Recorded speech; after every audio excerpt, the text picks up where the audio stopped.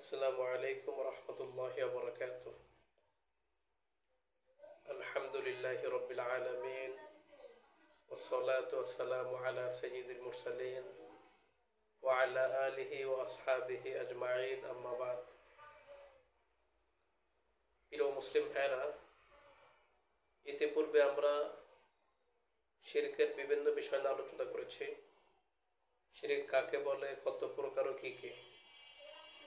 আমাদের সমাজে প্রচলিত বড় শিরক কি কি, এই সমস্ত বিষয় নিয়ে আমরা বিস্তারিত আলোচনা করেছি। তো আজকে একটি গুরুত্বপূর্ণ বিষয় নিয়ে আলোচনা করব। বিষয়টি হচ্ছে জাহিলি যুগের শিরক আর আমাদের সমাজে প্রচলিত শিরকের মধ্যে কি পরিমাণ মিল এবং অমিল, এর একটি তুলনামূলক আলোচনা আপনাদের সম্মুখে করবো ইনশাল্লাহ।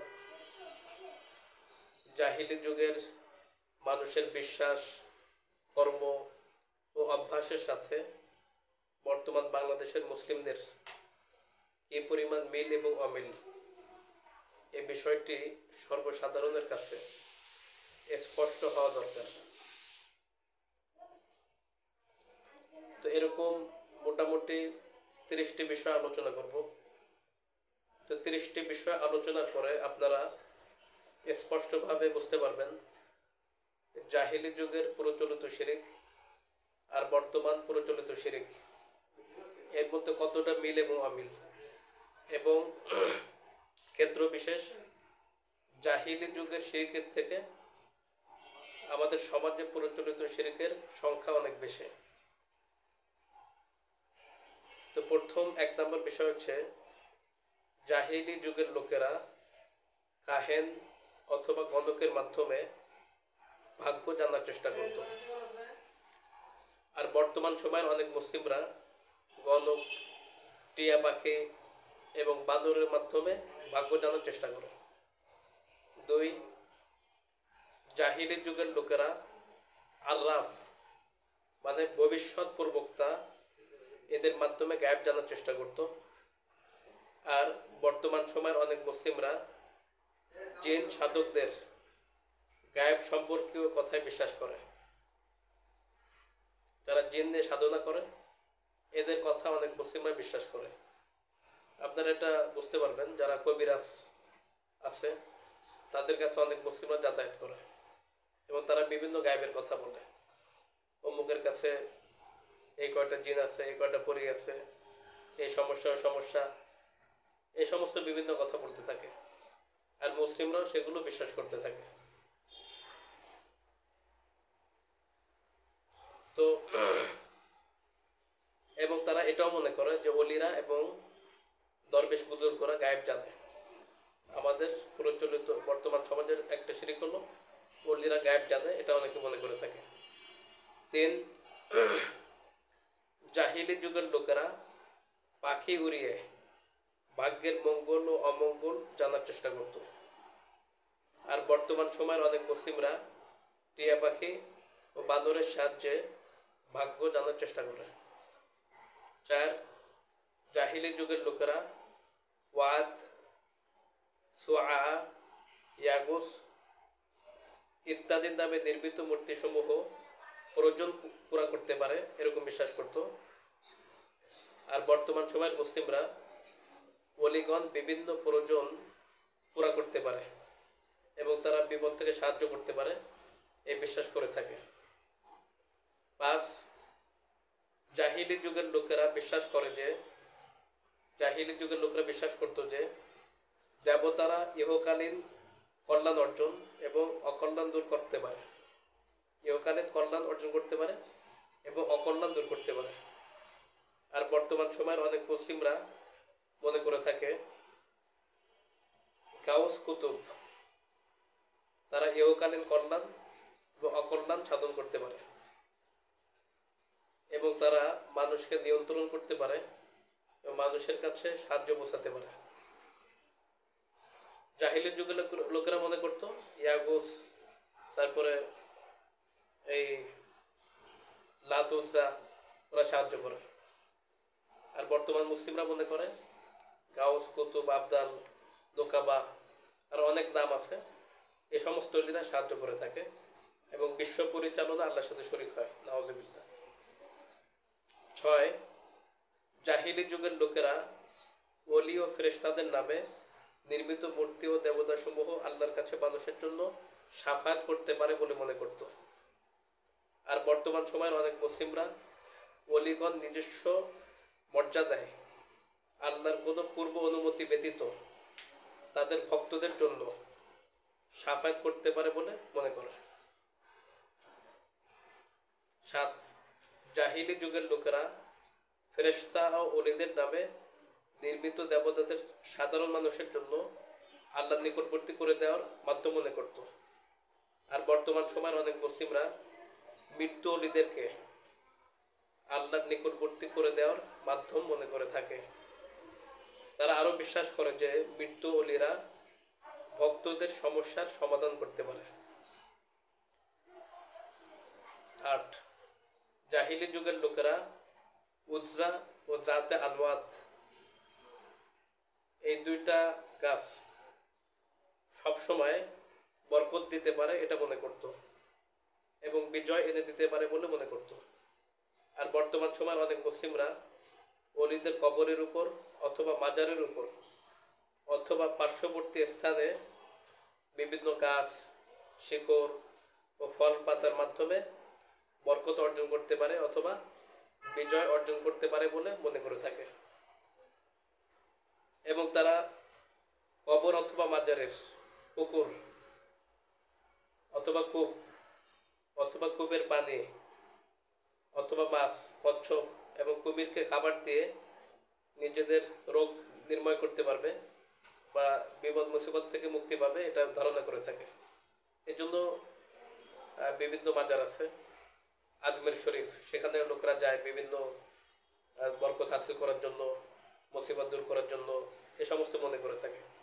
এরকম বাংলাদেশে 60 গম্বুজ মসজিদ, সেখানে যায়, সেখানে পুকুর আছে, কুমির আছে, আরো কত কি বরকতের বিষয় আছে, সেগুলোর কাছে তারা গিয়ে ধর্ণা দেয়, বিপদ থেকে মুক্তি চায়, আরো বিভিন্ন শিরকি কর্মকাণ্ড পরিচালনা করে থাকে।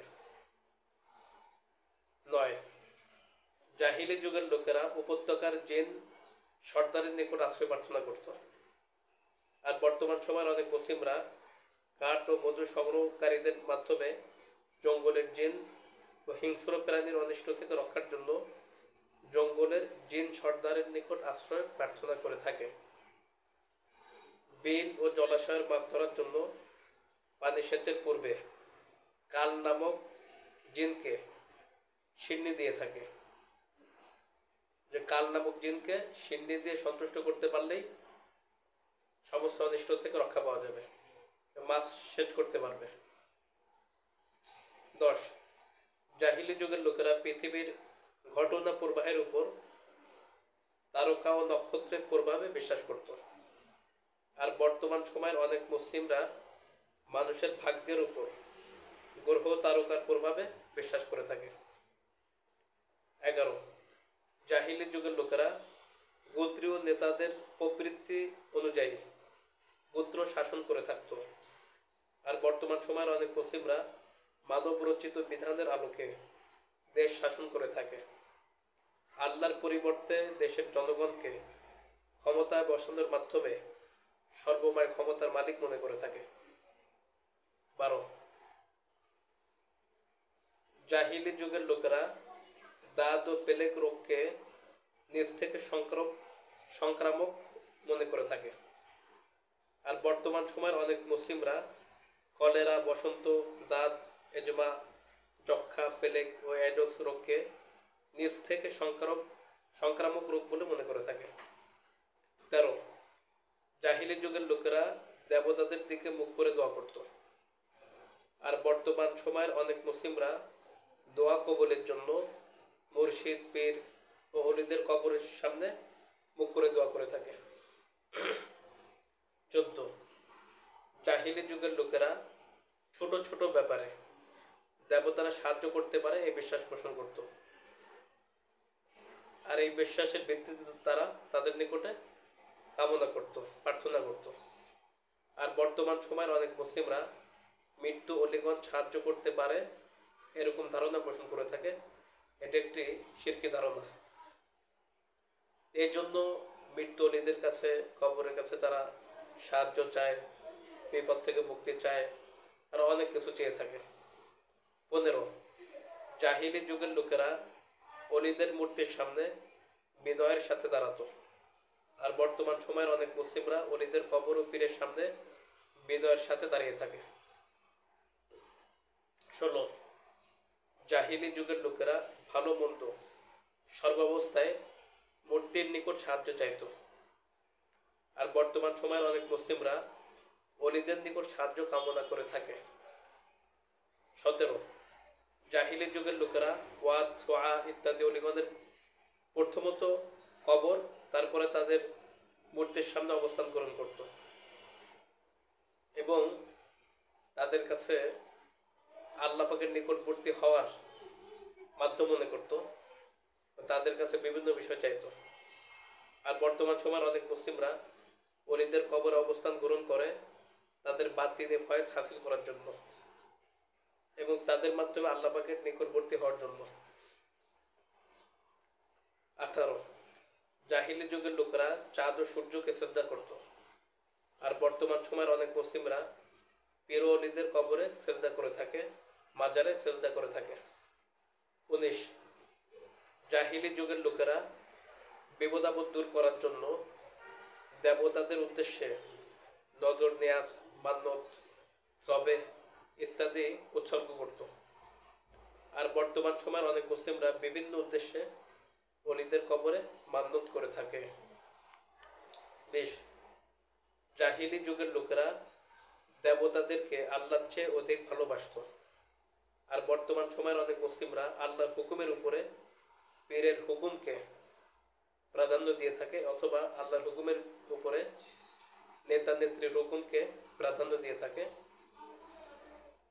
21, জাহিলি যুগের লোকেরা দেবতাদের নিকট প্রয়োজন পেশ করত, আর বর্তমান সময়ের অনেক মুসলিমরা অলিদের নিকট প্রয়োজন পেশ করে থাকে এবং প্রয়োজন পূর্ণ করে দেওয়ার জন্য আবেদন করে থাকে। 22, জাহিলি যুগের লোকেরা উদ্দেশ্য পূরণের জন্য দেবতাদের উপর ভরসা করত, আর বর্তমান সময়ের অনেক মুসলিমরা উদ্দেশ্য পূরণের জন্য অলিদের উপর ভরসা করে থাকে, পীরদের উপর ভরসা করে থাকে। 23, জাহিলি যুগের লোকেরা ধর্মযাজক বা আলেম ওলামা, পীর দরবেশদেরকে হারাম ও হালাল নির্ধারণকারী মনে করত, আর বর্তমান সময়ের অনেক মুসলিমরা শরীয়ত পালনের ক্ষেত্রে সহিহ হাদিস এবং কোরআনের উপর পীর, শায়েখ, আকাবির এবং নিজস্ব মতামতকে প্রাধান্য দিয়ে থাকে।